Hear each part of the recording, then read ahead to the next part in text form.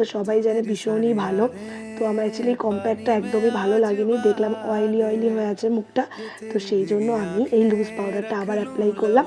আর আমি একটা খুব সুন্দর ট্রিক্স করেছিলাম, সেটা কিনা হচ্ছে শিমারগুলো লুজ পাউডারের সাথে মিক্স করে ব্লাশ কাম হাইলাইটার বানানোর চেষ্টা করলাম, যাতে করে মুখটা একটু ব্লাশেরও কাজ দেয় আর খুব গ্লো গ্লোও করে।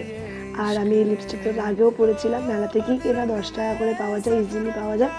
তো আমি দেখলাম যে আমার লিপস্টিকটা ঠিক আমার ফেসের সাথে যাচ্ছে না, তো এটার কালারটা চেঞ্জ করার জন্য আমি আবার সেই লুজ পাউডারটার হেল্পে সুন্দর করে একটা পিঙ্ক কালার তৈরি করলাম। আর এই একটা 10 টাকা দামের কাজল, এটা ব্লু হেভেনেরই, সব জায়গায় পাওয়া যায়। এই একটা কুমকুমের বাটি, এটার দামও 10 টাকা, মেলাতে 10 টাকা করে ইজিলি পেয়ে যাবে। আর এই আইব্রো পেন্সিলটা তো সবাই জানে খুবই ভীষণই ভালো।